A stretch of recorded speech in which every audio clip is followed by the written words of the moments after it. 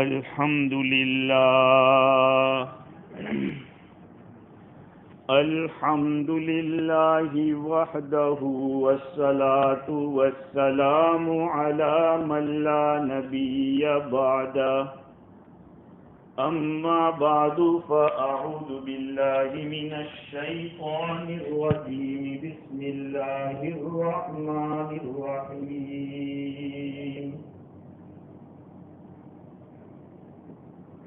يا أيها الناس قد جاءتكم موعظة من ربكم وشفاء لما في الصدور وهدى ورحمة للمؤمنين قل بفضل الله وبرحمته فبذلك فليفرحوا هو خير مما يجمعون صدق الله العظيم وقد قال رسول الله صلى الله عليه وسلم من صام رمضان ثم أتبعه ستا من شوال كان كصيام الدهر كله رواه الإمام الترمذي رحمه الله. معزز سامعین، بزرگوں، پیارے بھائیوں، اللہ رب العزت کا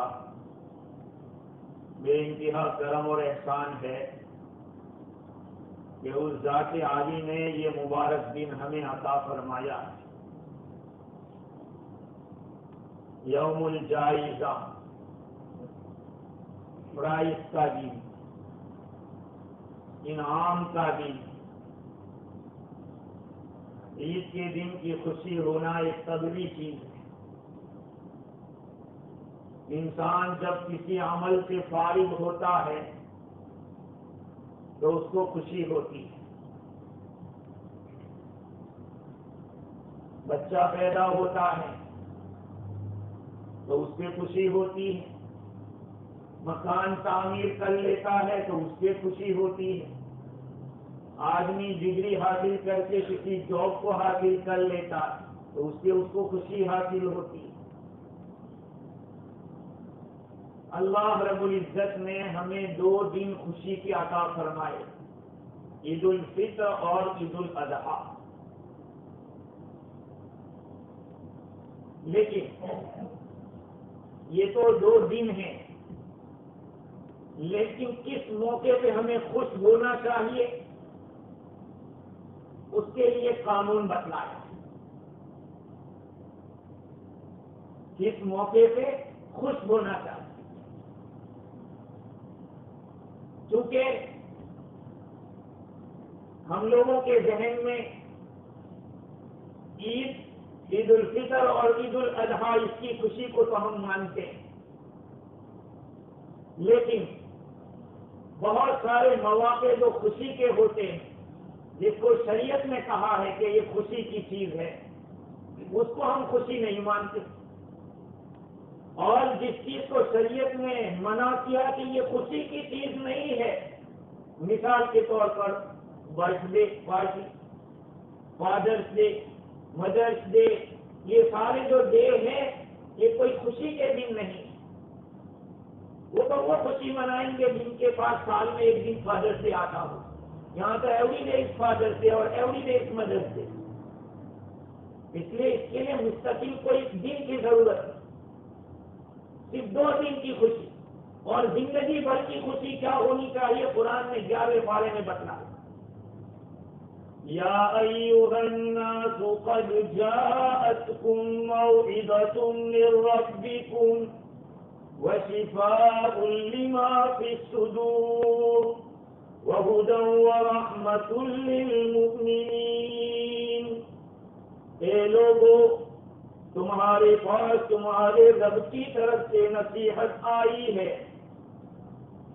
اور وہ چیز سینوں کی بیماریوں کی شفا ہے، ہدایت ہے، ایمان والوں کے لیے رحمت ہے۔ اب آگے کی آیت میں اللہ تعالیٰ کیا فرماتے ہیں؟ قُلْ بِفَضْلِ اللَّهِ وَبِرَحْمَتِهِ فَبِذَلِكَ فَلْيَفْرَحُوا۔ اے نبی جی بتا دو، اللہ کے فضل ہی سے، اللہ کی رحمت ہی سے خوش ہونا چاہیے۔ هُوَ خَيْرٌ مِّمَّا يَجْمَعُونَ، یہ چیز بہتر ہے ان تمام چیزوں سے جس کو وہ جمع کر رہے ہیں۔ کس چیز کی بات کر رہی ہے؟ قرآن مجید کی بات کر رہی ہے۔ قرآن مجید کی 4 صفتیں اللہ تعالیٰ نے بتلائی۔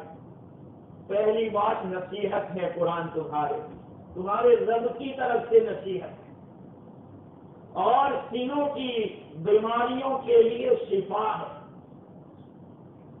اور ہدایت ہے، ایمان والوں کے لیے رحمت بھی ہے۔ قرآن مجید کی یہ 4 صفات بتلائی۔ ظاہری بات ہے کہ ایک ہی معنی تو ہوگا نہیں، چاروں کا الگ الگ مقصد ہوگا، تبھی تو الگ الگ الفاظ استعمال فرمائے۔ یوں سمجھو کہ نبی اکرم صلی اللہ علیہ وسلم ایک ماہر طبیب ہیں، ایک ماہر ڈاکٹر ہیں، اور قرآن مجید تمام دوائیوں کا ایک بہت بڑا مجموعہ ہے۔ قرآن مجید دوائیوں سے بھرا ہوا ہے کہ کون سی، جیسے دنیا کے اندر بہت ساری ہربل چیزیں ہوتی، ایک دوسرے کو ملا کے دوائی بنتی، قرآن مجید میں اللہ رب العزت نے نسخے رکھے، حضور صلی اللہ علیہ وسلم وہ نسخے دیتے ہیں کہ یہ نسخہ یہ امام راضی نے لکھا ہے تفسیر کبیر کے اندر۔ تو 4 مرتبے ہیں علاج کے، 4 طریقے سے اسٹیپ بائی اسٹیپ علاج کیا جاتا ہے۔ ہمارے گھر میں اگر کسی کو سردی ہو جاتی ہے تو کہتے ہیں ٹھنڈا پینا بند کرو، کھانسی ہوتی ہے تو کہا کہ فلاں چیز کھانا بند کرو۔ پہلے نمبر پہ یہ ہوتا ہے، اس لیے قرآن نے کہا کہ پہلی جو سیڑھی ہے علاج کی وہ یہ ہے کہ آدمی ان چیزوں سے بچے جس سے شریعت نے منع کیا۔ موعظۃ من ربکم، تمہارے رب کی طرف سے نصیحت آئی ہے۔ نصیحت کب کی جاتی ہے اور کس چیز کی جاتی ہے؟ بیٹا یہ دھندے مت کرو، یہ کام ہمارے نہیں ہوتے، ہم مسلمان ہیں، ہم تو مسجد میں آنے والے ہیں، اللہ کے گھر کو آباد کرنے والے ہیں، مسجد سے دور نہیں بھاگتے۔ یہ ساری باتیں کون سمجھاتا ہے؟ جب کوئی نہیں آتا اس کو نصیحت کی جاتی، اس کو سمجھایا جاتا ہے، خیر خواہی کی جاتی۔ تو قرآن نے سب سے پہلے قرآن کو نصیحت کہا، موعظۃ من ربکم، تمہارے رب کی طرف سے نصیحت۔ اور دوسرے نمبر پہ علاج، اس لیے قرآن کو اللہ تعالیٰ نے شفا بتلایا۔ دوسرے نمبر پہ شفا ہے قرآن۔ شفا کیسے ہوگی؟ شفا اس طرح سے ہوگی کہ جو دوائی ہے جائے گی اندر تو جو بیماریاں اس کو نکالے۔ گولی کھائے گا آدمی تو اندر کا جو کچرا ہے وہ نکلے گا۔ اللہ کے نبی کے اعمال بتائے ہوئے ہیں، اس پہ چلو گے تو اندر کی جو فاسد چیزیں ہیں وہ نکلے گی۔ تیسرے نمبر پہ فرمائے کہ ہدایت ہے۔ ہدایت کس کو ملے گی؟ گولی کھائے گا اس کو ملے، جو گولی نہیں کھائے گا کہا یار ٹھیک نہیں ہوتا، تب گولی مجھے کھائی نہیں کرتا، اچھا کیسے اچھا ہوگا؟ اور جب 3 چیزیں ہو گئی تب چوتھے نمبر پہ اللہ تعالیٰ فرماتے کہ یہ رحمت ہے۔ رحمت ہے تو کیا ہوگا؟ روحانیت بڑھے گی، آگے بڑھے گا، حضور صلی اللہ علیہ وسلم کی تعلیمات سے فیض ملے گا، روحانیت بڑھے گی۔ اللہ تعالیٰ نے قرآن مجید کے یہ 4 اوصاف بتلائے، موعظت یعنی نصیحت، شفا، ہدایت اور رحمت۔ قرآن کے لیے یہ 4 الفاظ آئے، اور پھر حکم کیا آیا؟ قُلْ بِفَضْلِ اللَّهِ وَبِرَحْمَتِهِ فَبِذَلِكَ فَلْيَفْرَحُوا۔ یہ نبی جی کو بتا دو کہ ایمان والوں کو چاہیے کہ وہ اللہ کے فضل سے خوش رہیں، اللہ کے رحمت سے خوش رہیں۔ اب سوال یہ ہے کہ یہ فضل اور رحمت کیا چیز ہے؟ یہ سوال ایمان والوں کو خوش ہونا چاہیے اللہ کے فضل سے اور اللہ کی رحمت سے. تو یہ اللہ کا فضل اور رحمت کیا ہے؟ علماء کرام نے لکھا ہے کہ فضل سے مراد دین اسلام ہے اور رحمت سے مراد قرآن ہے. فضل سے مراد اسلام اور رحمت سے مراد قرآن.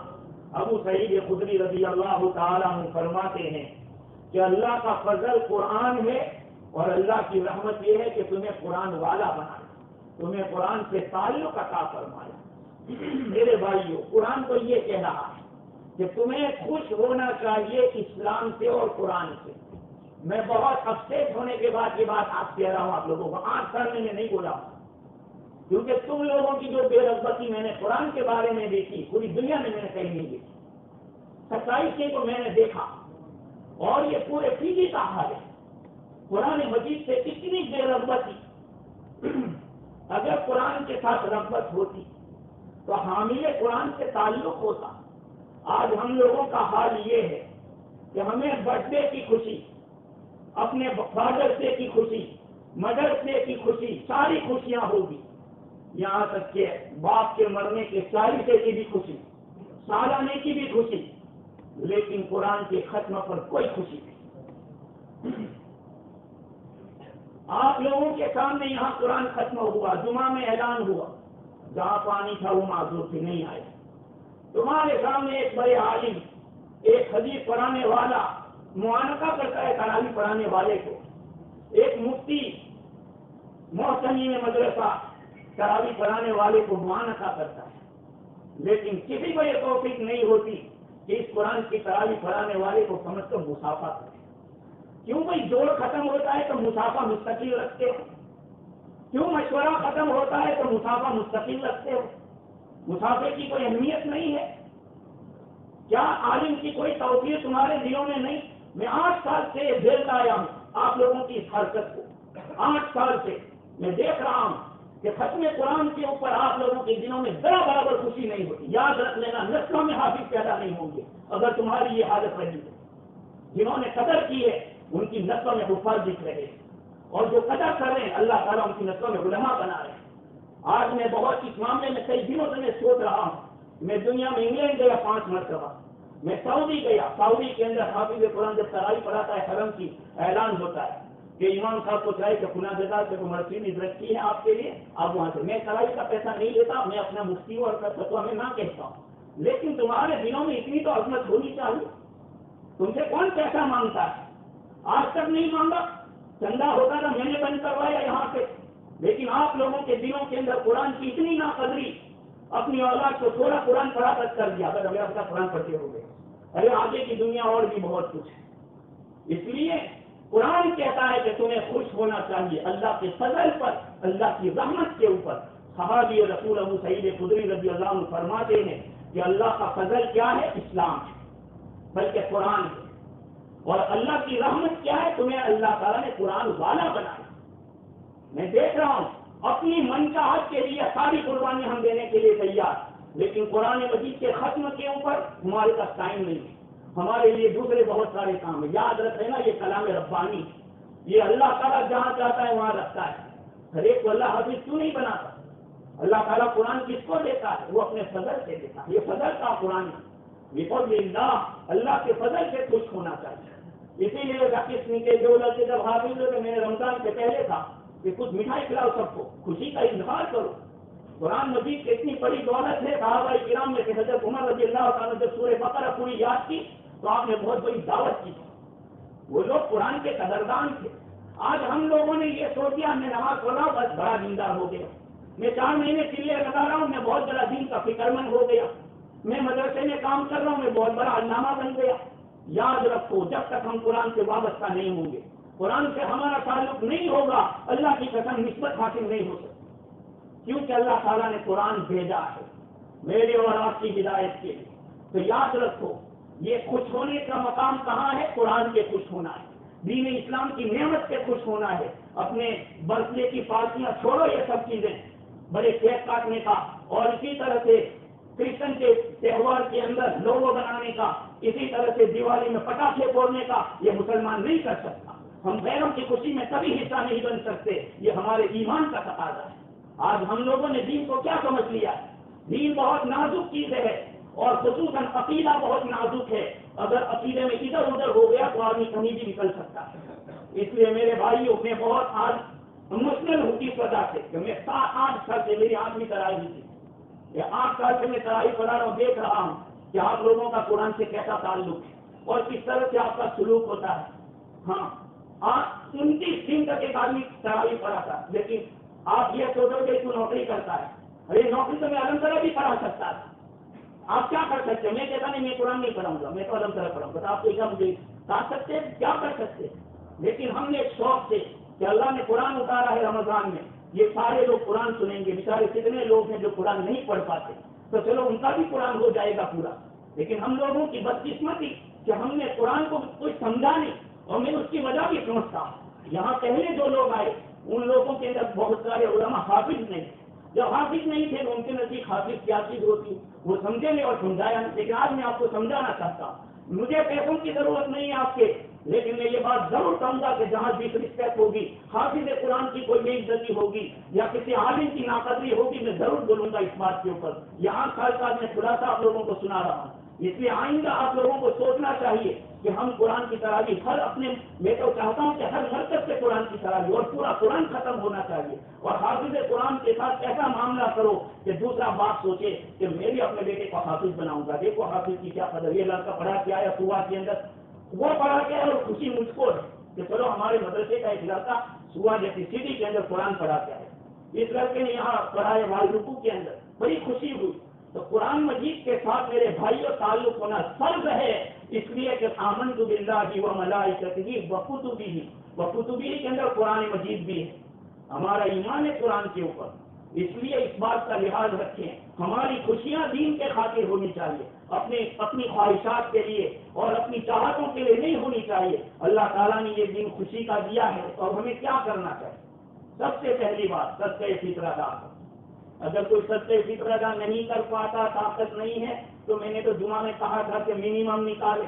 ارے وہ بھی طاقت نہیں ہے. تو عمر بن عبدالعزیز رضی اللہ تعالیٰ عنہ کا عمل یہ تھا کہ فرماتے تھے کہ رمضان کے بعد روزے رکھو, 6 دن کے روزے رکھو, تاکہ اس سے بھی وہ فضیلت حاصل ہو گئی. عمر بن عبدالعزیز رضی اللہ تعالیٰ عنہ کے بارے میں بعض تفسیروں کے اندر, بعض کتابوں کے اندر میں نے دیکھا. خیر, دوسری بات یہ ہے کہ اللہ تعالیٰ نے ایمان والے کو 5 خوشیاں دی ہیں. یعنی جو مقرر طور پر تو یہ عید الفطر اور عید الاضحیٰ ہے, لیکن زندگی میں وہ کون سا دن خوشی کا ہو سکتا ہے؟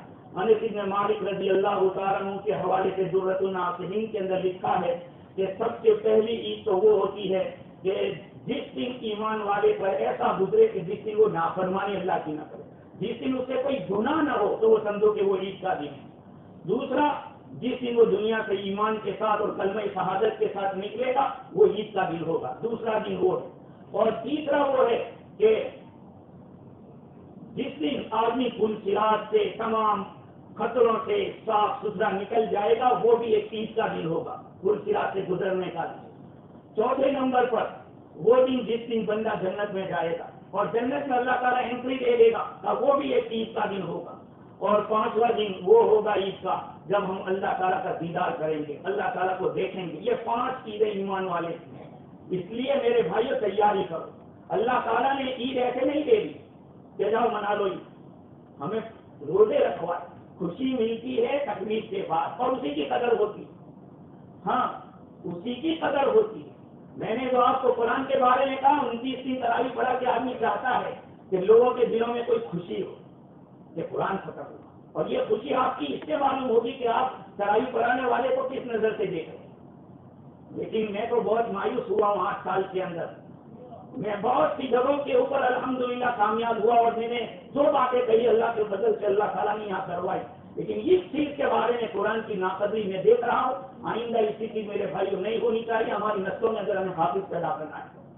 دوسری بات ہے عید کے بارے میں کہ نماز پڑھنا ہے عید کی, یہ اللہ کا شکریہ ہے. اور تیسری بات یہ ہے کہ یہ اللہ تعالیٰ نے بدلے کا دن رکھا ہے, پرائز گیونگ ڈے. اگر آدمی پورا مہینہ کام کرے اور جس دن ویدک ملنے والا اس دن نہ جاوے تو کیسی بات ہوگی؟ اور ویدک لینے جاوے اور وہاں پہ الٹی سیدھی بات کرے، بہت کہے گا کہ جاؤ نہیں ملے گا تمہارا۔ بس اسی طرح سے اللہ تعالیٰ نے یہ عید کا دن رکھا ہے۔ اس کا یہ مطلب نہیں کہ جو چاہو کرو مزے اڑاؤ، یہ نہیں ہے۔ شریعت کے دائرے میں خوشیاں مناؤ، اچھے سے اچھا کھاؤ، اچھے سے اچھا پہنو۔ میں نے کہا تھا کہ جن لوگوں نے اگر 25 ستمبر کو لوگو کیا تھا ان پر ضروری ہے کہ ان دنوں میں لوگو کریں۔ جن لوگوں نے دیوالی میں پٹاخے پھوڑے تھے توبہ کرنا چاہیے، ان کو چاہیے کہ ان دنوں میں زیادہ خوشی منائیں۔ یہ ہمارے ایمان کا مسئلہ ہے۔ ہم کمپرومائز عقیدے میں نہیں کر سکتے، ہم کسی کے تہوار کا حصہ نہیں بن سکتے۔ ہاں بھائی ان کی شادیات مسئلہ وہ الگ ہے، کسی کا اور کوئی ہے، لیکن دین کا جب مسئلہ آ جاتا ہے عقیدے کا، اس میں ہم بات چھوڑ نہیں کرتے۔ اس لیے اس دن کے اندر زیادہ سے زیادہ خوشی مناوے، اچھے سے اچھا پکاوے، غریبوں کی زیادہ سے زیادہ مدد کرے۔ یہ یوم الجائزہ ہے۔ حضرت عبداللہ بن مسعود رضی اللہ تعالیٰ عنہ روایت کرتے ہیں، رسول اللہ صلی اللہ علیہ وسلم نے ارشاد فرمایا کہ جب بندے رمضان کے روزے رکھ لیتے ہیں پورے مہینے کے اور عیدگاہ کی طرف نکلتے ہیں تو اللہ تعالیٰ فرماتے ہیں یا ملائکتی، اے میرے فرشتوں سنو، کل عامل یطلب اجرہ، ہر عمل کرنے والا، ہر کام کرنے والا اپنی اجرت مانگتا ہے، ہر مزدور اپنی مزدوری چاہتا ہے۔ بتاؤ آپ کہ میرے بندوں نے پورے مہینے کے روزے رکھے، آج وہ عید کے لیے نکلے ہیں، اپنی اجرت مانگتے ہیں، کیا کرنا چاہیے؟ تم لوگ گواہ رہو، اشہدوا انی قد غفرت لہم، میں نے ان سب کی مغفرت کر دی۔ جنہوں نے روزے رکھے ان کا تو کام بن گئے، یہ حدیث کہہ رہے ہیں، جنہوں نے روزے رکھے ان کا تو کام بن گیا۔ پھر پکارنے والا پکارتا ہے یا امت محمد، اے محمد صلی اللہ علیہ وسلم کی امت سنو، ارجعوا الی منازلکم، تم اپنے گھروں پہ جاؤ۔ کس حال میں جاؤ؟ قد بدلت سیئاتکم بالحسنات، تمہاری برائیوں کو میں نے نیکیوں سے بدل دیا ہے۔ اللہ تعالیٰ اعلان کروا، جاؤ تمہاری برائیوں کو میں نے نیکیوں سے بدل دیا۔ اللہ تعالیٰ فرماتے یا عبادی، اے میرے بندو، سن تم لی، تم نے میرے لیے روزہ رکھا تھا، وافطر تم لی، تم نے میرے لیے افطار کیا تھا، فقوموا مغفورا لکم، جاؤ کھڑے ہو جاؤ یہاں سے، تمہاری مغفرت ہو چکی ہے۔ یہ روایت ہے۔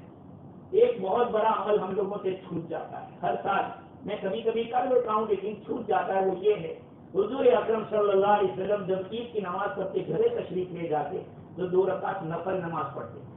دیکھو عید کی نماز سے پہلے تو گھرے بھی نماز نہیں ہے، یہاں بھی نماز نہیں ہے، سارا سسٹم بدل دیا ہے۔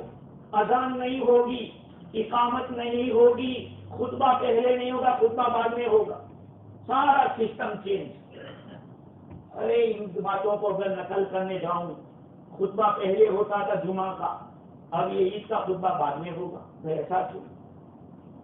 کہا کہ جمعہ کے لیے خطبہ شرط ہے اور شرط پہلے ہوا کرتی ہے، جیسے پاکی شرط ہے، سطر کا چھپانا شرط ہے، یہ ساری کا یہ پہلے ہوگا، اس سے خطبہ بھی پہلے۔ اور عید کی نماز کے لیے خطبہ شرط نہیں ہے، نہ اس کو بعد میں رکھو، اور عید کی نماز کے لیے بڑا لمبا وقت ہوتا ہے اور جمعہ کی نماز کا ایک لمیٹڈ ٹائم ہے۔ دوسری بات یہ ہے کہ ہو سکتا ہے کہ جمعہ کے بعد اگر خطبہ رکھتا تو لوگ نماز پڑھ کے بھاگ جاتے، اس لیے خطبہ پہلے رکھتا۔ یہ ساری چیزیں حضور سے ثابت ہیں۔ یہ امت کا یہ میرے بھائیوں یہ ضرور امتیاز ہے کہ اس امت کو اللہ تعالیٰ نے جو باتیں دی نبی نے کی وہ ساری ہو رہی ہے، قیامت تک ہوتی رہے۔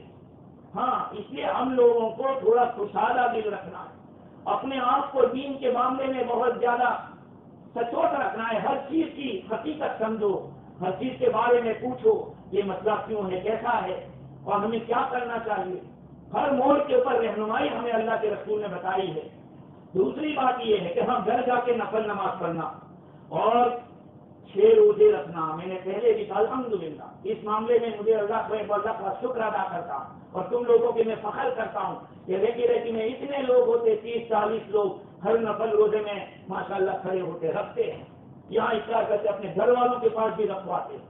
تو 6 روزے رکھنا حضور اکرم صلی اللہ علیہ وسلم کا ارشاد ہے۔ حضرت ابو ہریرہ رضی اللہ عنہ فرماتے ہیں من صام رمضان، جس نے رمضان کے روزے رکھے، ثم اتبعہ ستا من شوال، اور پھر شوال کے 6 روزے اس نے بعد میں رکھے تو گویا کہ وہ اس طرح سے ہوگا صیام الدہر کلی، پورے سال کا روزہ رکھا اس نے۔ اب آپ کہیں گے کہ ہم نے تو 29 رکھے اس کا، حدیث میں آیا کہ یہ مہینہ کم نہیں ہوتا، وہ 30 کا تو اللہ کیا تو 30 سمجھا جائے گا۔ آپ نے 29 رکھے ہیں، آپ قانون کے فیور، قانون کے موافق چاند دیکھ کر روزہ رکھا ہے، چاند دیکھ کر عید کیا، اس لیے آپ کو 29 کا نہیں 30 کا ثواب ملے۔ اب 6 روزے رکھنے کیسے رکھے جائے؟ آج کا روزہ حرام ہے، آج روزہ رکھنا تو کل سے رکھے، منڈے خرچے کا رکھے، 2 کر کے 6 روزے رکھے۔ آپ لوگ روزے نفل رکھیں گے، آپ کے گھر والے ان کے چھوٹے ہوئے قضا کریں۔ سال بھر ہو جاتا ہے، قضا نہیں ہوتی، وہ روزوں کی قضا ہونی چاہیے۔ جب تک مرد عورت سے سپورٹ نہیں کرے گا وہاں تک وہ بیچاری دیندار نہیں بنے گی، ہمیں ان کو سپورٹ کرنا پڑے گا۔ اللہ میں بچے کو رکھتا ہوں تو نماز پڑھ لے، اب وہ یہ سوچے گی کہ نہیں بچے کو رکھوں، اب آپ رکھیں گے نہیں تو نماز کیسے پڑھے؟ مرد کو چاہیے کہ عورت کے ساتھ اپنے گھر کا ایسا حصہ بنے کہ اس کے دین کے اندر بھی پورا سپورٹ کرے۔ ایک کام تو یہ کرنا اس سے کہ یہ جو روزے ہیں 6 روزے اس کی بہت بڑی فضیلت آئی۔ ایک تو یہ ہے کہ سال بھر کا روزے کا ثواب ملے گا، دوسری بات یہ ہے کہ جیسے کہ نمازوں کے آگے پیچھے سنتیں ہوتی ہیں، اسی طرح سے رمضان سے پہلے شعبان کے رکھے تھے، اب شوال کے رکھ لو 6 روزے، تو یہ اس سنت کی طرح ہے، نفلوں کی طرح ہے۔ اور رمضان کے روزے کے بعد پھر روزے رکھنا، میں نے آپ کو معلوم ہوگا 27 رات کو بیان کیا تھا، حضور اللہ تعالیٰ رسول صلی اللہ علیہ وسلم فرماتے ہیں احب الاعمال الی اللہ الحال المرتحل، اللہ تعالیٰ کے نزدیک سب سے زیادہ پسندیدہ عمل اس آدمی کا ہے جو سواری پر سے اترے اور پھر سوار ہو جائے، اترے اور سوار ہو جائے۔ صحابہ کرام اللہ کے راستے میں نکلتے تھے جان کی بازی لگانے، ابھی آئے ہیں اور پھر آواز میں نکل پڑے، ابھی آپ نے روزے رکھے تھے اور پھر ہم روزے شروع کر دیے تو آپ کی فہرست میں آ جائے الحال المرتحل، یہ فضیلت ہے۔ دوسری بات یہ ہے میرے بھائیوں کہ ان دنوں کو اللہ تعالیٰ نے آخرت، دیکھو یہ دنیا کی عید ہے، ایک آخرت کی عید ہوگی، لوگ کتنے پیدل چل کے آ رہے ہیں، کتنے گاڑی کے اندر آ رہے ہیں، کوئی سواری کے اندر آ رہا ہے، تو کوئی آدمی بالکل نئے کپڑے پہن کے آ رہا ہے، تو کوئی پرانے پہن کے آ رہا ہے، تو کسی کا سر کھلا ہے تو کسی کا دھسا ہوا ہے، الگ الگ شکلوں کے اندر لوگ آئے ہیں۔ اس کو دیکھ کر قیامت کا منظر دیکھو کہ بہت سارے لوگ کپڑے پہنے ہوں گے، کتنے ننگے بھی ہوں گے، کوئی چل کے ہوگا، کوئی سواری پہ ہوگا، جیسے جیسے اعمال ہوں گے آدمی کے اعمال کے مطابق قیامت کے میدان میں چلے گا۔ تو ان چیزوں کو دیکھ کر آپ یاد کرو آخرت کی عید کو کہ وہ بھی ایک عید ہوگی، اور جیسے میں نے بتایا کہ 5 عیدیں ہیں، جس دن گناہ نہ ہو آپ کا وہ سمجھو کہ خوشی کا دن ہے۔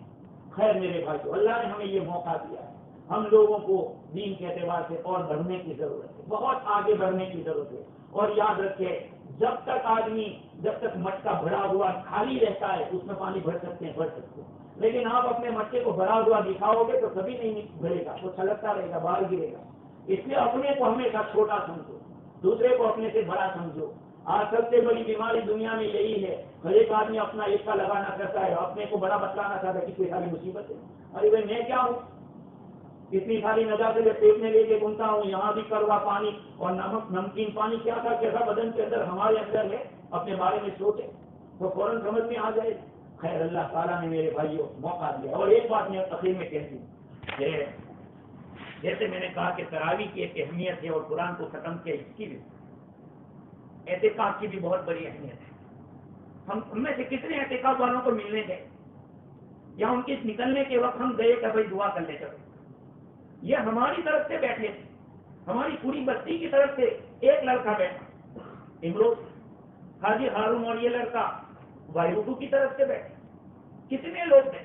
کیوں آپ یہ سوچتے ہیں کہ انہوں نے اپنا عمل کیا، ارے تمہارے اوپر سے ایک بلا انہوں نے ٹال لی، ایک بلا ٹال دی۔ اس لیے جو بھی نیکی کا کام کرتا ہو اس کو ہمیں انکریج کرنا چاہیے، ہاں صحیح طریقے سے ہو رہا ہے ہمیں انکریج کرنا چاہیے کہ یار بہت اچھا آپ نہیں دیتے تو ہماری پوری بستی گنہگار ہو، آئندہ ہم کوشش کریں گے، آئندہ زیادہ لوگوں کو بٹھائیں گے۔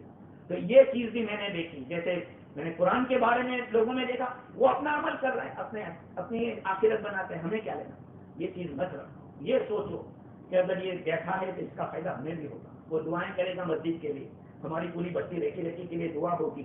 اس لیے میرے بھائیوں ہم لوگ دین کے اعتبار سے بھی بہت پیچھے. الحمدللہ روزہ نماز میں ہم دیکھ رہے ہیں آپ لوگ کوشش کر رہے ہیں, اللہ کا شکر, لیکن اس معاملے میں بہت بڑی کوتاہی پائی جاتی ہے. آئندہ اس کی فکر کریں. اللہ تعالیٰ مجھے کہنے سے زیادہ, آپ حضرات کو سننے سے زیادہ عمل کی توفیق دے. جب تک قدردانی نہیں ہوگی وہاں تک ہمارے یہاں علم نہیں آئے گا. قدردانی ضروری ہے. اس لیے ان حافظوں کو اچھی نظر سے دیکھیں کہ کتنا اچھا, وہ حضرت کے بیٹا بھی حافظ, پوتا بھی حافظ. میں تو بڑا خوش ہوا کہ دیکھو یار نصیبدار ہے, بیٹا بھی حافظ, پوتا بھی حافظ. ان کے 2 بیٹے حافظ ہیں, ہمیں خوشی ہو رہی. آپ لوگ بھی اپنی اولاد کے بارے میں سوچیں.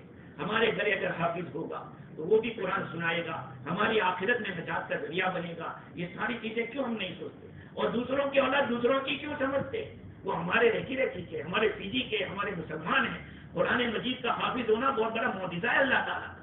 آج دنیا کی کوئی بھی طاقت یا کوئی بھی دھرم یہ نہیں کہہ سکتا کہ ہمارے دھرم کا پرانا گرنتھ پرانے کو بائی ہارٹ, کوئی نہیں کہہ سکتا.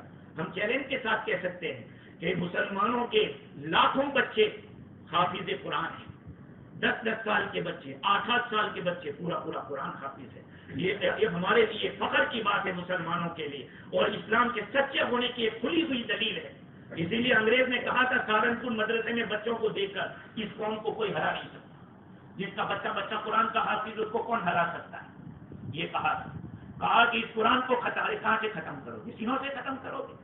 وہ تو ختم کرنے کر سکتے. اس لیے میرے بھائیو آپ سبھی لوگ نیت کریں, ہم تمام حافظوں کی تعظیم کریں گے اور ہم اپنی اولاد کو حافظ بنانے کی فکر کریں گے. ہم قرآن نہیں جانتے تو ہم ضرور سیکھنے کی کوشش کریں گے. ایک ایسا آدمی جو علی پاک آسا نہیں جانتا تھا, جب میں نیوزی لینڈ میں تھا, اس نے 2-4 دن پہلے مجھے میسج کیا, مفتی صاحب میں نے 4 قرآن ختم کر لیے رمضان کے. یہی فیجی کا ہے, فیروز نام کا ہے, یاد یعنی اس کا کچھ تلوار لگتا ہے. 4 قرآن ختم کیے رمضان کے اندر. سوچیے آپ, وہ کوئی بڑا حافظ وافظ کچھ نہیں ہے. کیسے ہو سکتا ہے؟ محنت کرو, آپ دین کے ساتھ لگ جاؤ کہ ہم قرآن کیوں نہیں پڑھ سکتے, ہم بھی پڑھ سکتے. اللہ تعالیٰ مجھے اور آپ کو قدردانی کی توفیق عطا فرماوے, اور جو خدا تک ہوتا ہے اس کو معاف فرماوے. عید الفطر کی نماز کی ترتیب اس طرح